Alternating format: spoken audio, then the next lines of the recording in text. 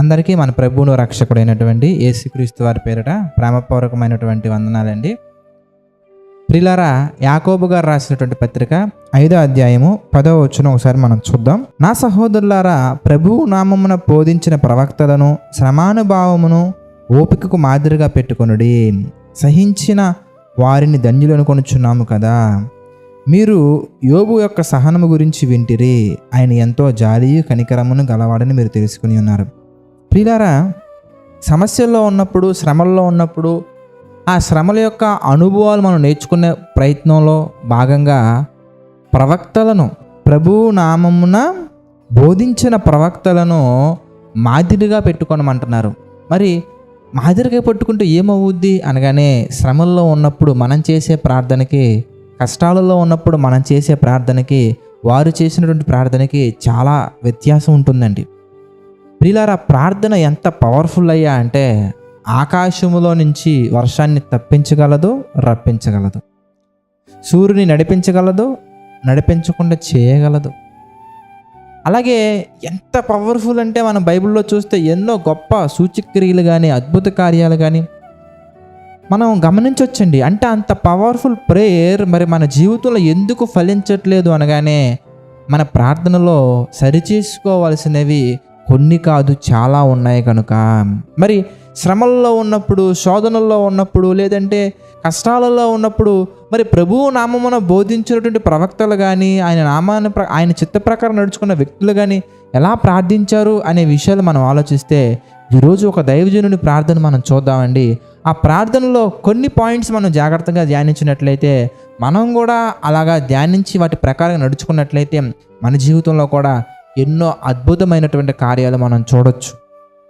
ఆ దైవజనుడు మరి ఎవరో కాదండి, మోషే గారు. మనం చూస్తే ఎర్ర సముద్రాన్ని సహితం పాయలు చేయగలిగినటువంటి శక్తి కలిగి, మరి అదేవిధంగా ఎన్నో అద్భుతమైనటువంటి కార్యాలు చూసినటువంటి వ్యక్తి ఎలా చూడగలిగారయ్యా అంటే, అది కేవలం దేవునికి కృపను బట్టే. మరి అది ఎలా సాధించగలిగారు, మరి ఎలా ఉండగలిగారు అని మనం గమనించినట్లయితే ప్రియులారా, కేవలం ఆయన జీవితంలో ప్రార్థన కూడా ఒక ముఖ్యమైనటువంటి పాత్ర పోషించింది. మరి ఎలా ప్రార్థించారు ఇంతకీ మోషే గారు అని మనం చూస్తే, కీర్తన గ్రంథం 90వ అధ్యాయం మనం చూస్తే ప్రియులారా 12వ వచనం మనం చూద్దామండి. ఆయన ప్రార్థన మరి 90వ అధ్యాయం పైన మొట్టమొదటిగా మీరు చూస్తే ఏమన్నది, మీరు చూస్తే 4వ స్కందము దైవజనుడైన మోషే చేసిన ప్రార్థన. మోషే గారు చేసినటువంటి ప్రార్థన గురించి మనం చూస్తున్నామండి. 12వ వచనం మనం చూస్తే, మాకు జ్ఞాన హృదయము కలుగునట్లుగా చేయుము, మా దినములు లెక్కించుటకు మాకు నేర్పుము. కష్టాలలో, శ్రమల్లో అయ్యా ఈ కష్టాలు తీసే ప్రభు, ఆ నష్టాలు తీసే ప్రభు అనడం కంటే కూడా, వాటి కంటే చాలా ప్రాముఖ్యమైనటువంటి విషయం మనం ఏది ప్రార్థించాలంటే, మన దినములను లెక్కించుట మనం నేర్చుకోవాలి. మనకి ఏం కావాలంటే జ్ఞాన హృదయం మనకు కావాలి. ఎందుకు అంటే, కష్టాలు తీసేయమని ప్రార్థించటం అనేది సరైనటువంటి క్రైస్తవుని యొక్క లక్షణం కాదండి. ఆ కష్టాలను జయించడానికి, ఆ కష్టాలలో మనం పాపము చేయకుండా నిలబడటానికి, ఆ కష్టాలను మనం ఒక మెట్టుగా ఉపయోగించుకొని ఆత్మీయతలు ఎదగటానికి మనం నేర్చుకోవాలి. అలా నేర్చుకోవాలంటే మనకేం కావాలంటే, రూట్ హృదయం అనేది జ్ఞానముతో నిండుకొని ఉండాలి.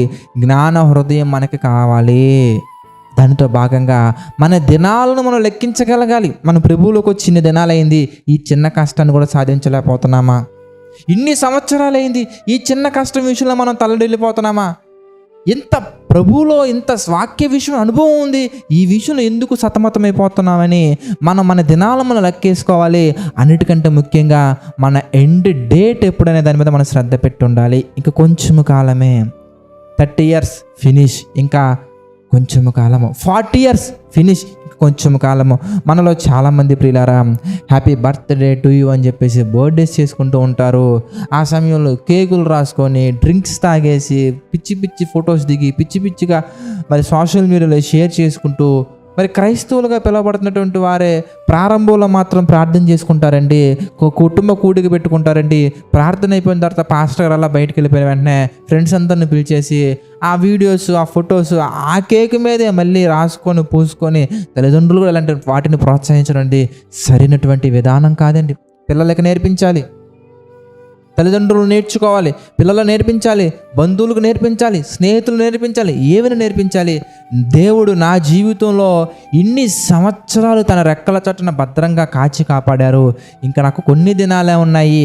ఈ కొన్ని దినాలలో నేను జ్ఞాన హృదయం కలిగి ఎలాంటి శోధనలు వచ్చినా, శ్రమలు వచ్చినా, ఇబ్బందులు వచ్చినా, ఇరుకులు వచ్చినా, ఎలాంటి పరిస్థితుల్లో కూడా నేను జ్ఞాన హృదయం కలిగి ప్రతి ఇబ్బందిని, ప్రతి పరిస్థితిని ప్రభు చిత్త ప్రకారంగా ఎదుర్కొని అనేక మందికి మాదిరిగా నిలబడాలి. నేను మాత్రమే కాదు, మీరు నిలబడాలి, మనందరం నిలబడాలని ప్రభు యొక్క నామాన్ని మనం బోధించగలగాలి, ప్రభు యొక్క కీర్తిని మనం చాటగలగాలి.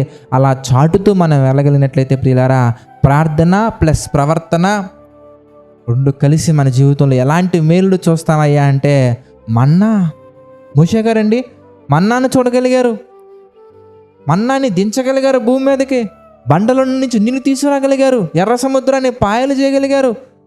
ఈజిప్ట్ కంట్రీలో ఫరో దగ్గర నుంచి కింద పనిచేసే బానిస వరకు ప్రతి ఒక్కరికి కూడా ప్రభువు నామాన్ని క్రియల్లో చూపించి దేవుని మహిమ కీర్తి తీసుకొచ్చారు.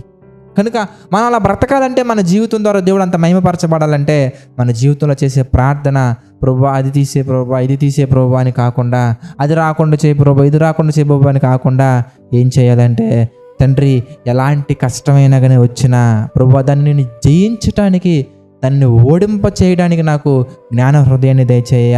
అదేవిధంగా తండ్రి నా దినములను లెక్కించుకొని ఇప్పటి వరకు నేను ఏం చేశాను, ఇంతకుముందు ఏం చేయాలని ఒక ప్రణాళిక వేసుకొని ఆ ప్రణాళికను ప్రభువా ప్రార్థన ద్వారా మీ చిత్త ప్రకారంగా మా తండ్రి చేయడం నాకు శక్తిని దయచే ప్రభువా అని మన ప్రార్థన అనేది దేవుని చిత్త ప్రకారంగా, దేవునికి అనుకూలంగా చేయగలిగితే ఎన్నో అద్భుత కార్యాలు మన జీవితంలో మనం చూడొచ్చు. ప్రార్థన చేసుకుందామండి. సకల ఆశీర్వాదములకు కారణభూతులైన మా తండ్రి, అనేకమైన విషయాలు మాకు తెలియజేసి మీ చిత్త ప్రకారం నడిపిస్తున్నందుకు కృతజ్ఞతాస్తుతులు చెల్లించుకుంటున్నాం తండ్రి. మమ్మల్ని దీవించండి, ఆశీర్వదించండి, బలపరచండి తండ్రి. ఇంకా ఎన్నో విషయాల్లో ప్రభువా మీకు చిత్త ప్రకారంగా మాత్రం నడుచుకొని మీ నామానికి మహిమకరంగా మాత్రం మేము నడుచుకుంటూ ముందుకు సాగట్టుకు మాకు సహాయం చేయండి తండ్రి. తండ్రి ఆర్థిక, ఆరోగ్య, మానసిక సమస్యల్లో, పరిస్థితుల్లో మా తండ్రి కురింగిన ప్రతి ఒక్కరిని మీరు జ్ఞాపకం చేసుకోండి. ప్రతి ఒక్కరికి తండ్రి మీ కృప తోడుగా ఉంచి నడిపించండి. మీ చిత్త ప్రకారంగా బలపరచండి, ఆదరించండి తండ్రి.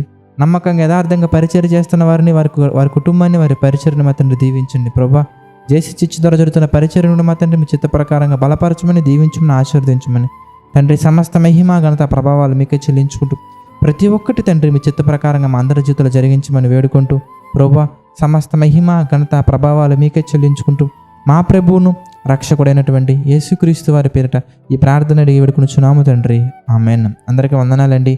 God bless you all.